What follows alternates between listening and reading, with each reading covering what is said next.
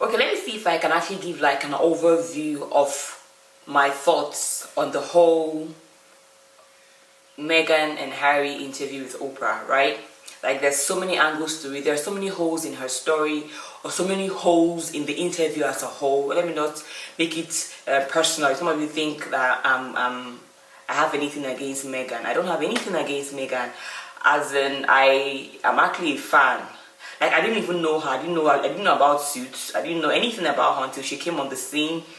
You know, Prince Harry royal wedding, and then I'm like, oh, I'm the gist. I was about to say Magun. You know, and then, you know, the whole being divorced, older than Harry. I'm like, oh, who is this chick that seems to have a lot of things in common with me, you know? And she's pretty too. I'm like, you know, so it's like, who is this lady?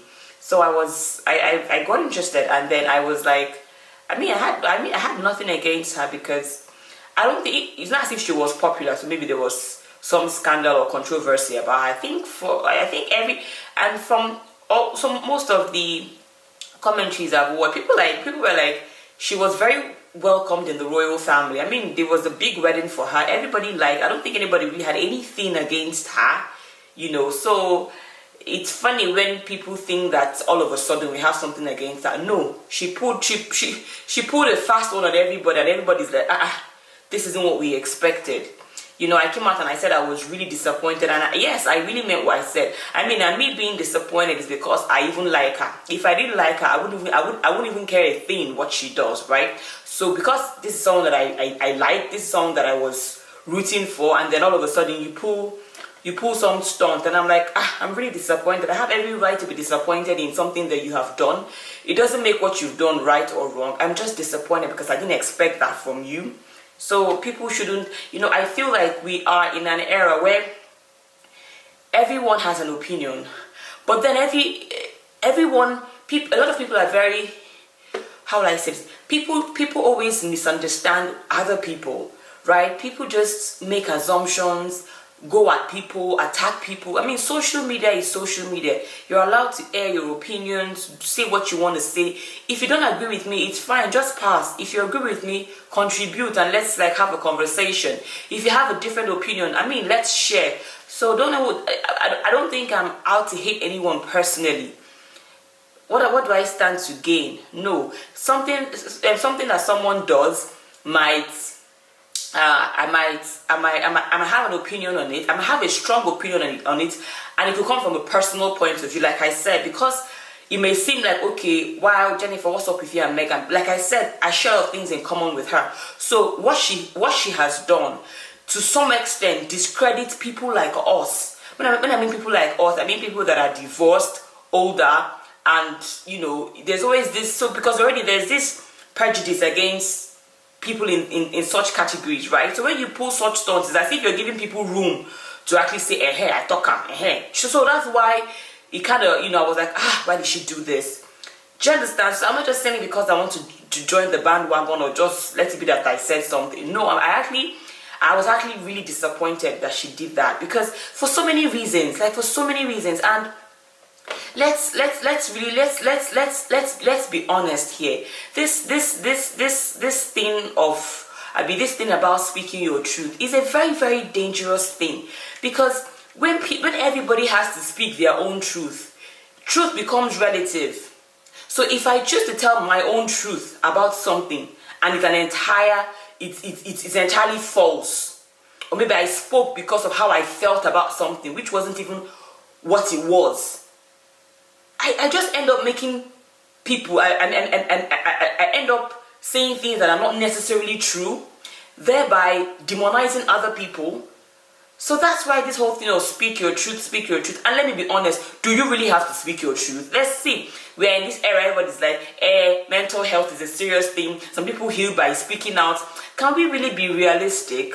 See, I don't mean to downplay any complaints. I don't mean to downplay anything, but see, when I speak, I've had mental health challenges, like serious one. I've had suicidal gestures, suicidal thoughts. Like most of us women, let's relate. Most of us will go through hell, whether, you know, in our relationships, even in marriages, and even society. So we men, we just end up growing tough skin. I'm not saying you should die. No, no, no, no, no, no. But the truth is that I've come to actually realize that the older I get, the wise, let me say the wiser I become. The older I get, the more I learn that certain things can be handled better. And I'm really going to say that my Christianity really changed a lot of things for me, because, you know, having the Spirit of God in me and, you know, being everything that God wants me to be has also helped me to see that things don't always have to be handled the way that people think it should be handled, right? So this issue of mental health, right? Sorry, excuse me. It's a very delicate issue. But let me say something. I can't, just like when women try to what am I going to say now?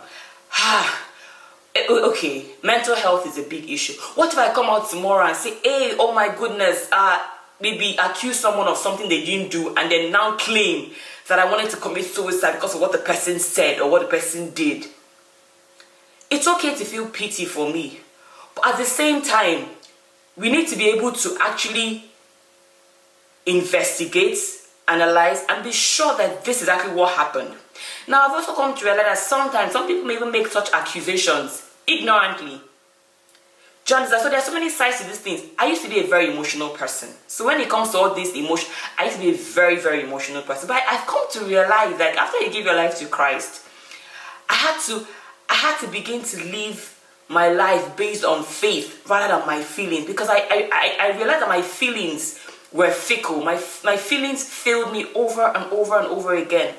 So I had to learn how to have faith in God. Faith. So I'm not saying that I'm no longer an emotional person, but I'm no longer overly emotional, because sometimes we are overly emotional about everything and we just get everything messed up. Emotions are very fickle. They come and go. This minute you like somebody, next minute you don't like somebody. I can take offense at something that you did and you really didn't mean to hurt me. But then I take offense and then I go out and say, look at what he said to me. And then it's okay to show, to feel sorry for someone, to show sympathy towards something that someone is going through. But at the same time, let that not cloud our judgment of right and wrong.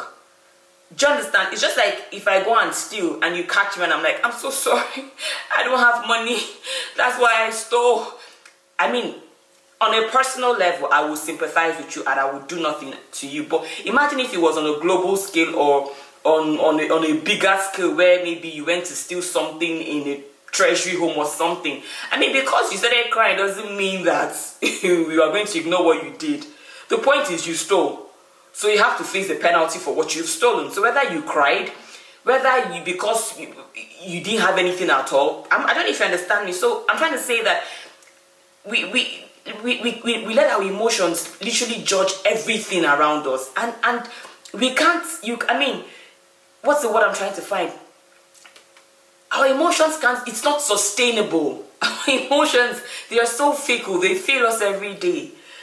So when I spoke about Meghan Markle, I was disappointed, because I expected that she's older, I expected that she's experienced, and I expected that she would handle things better.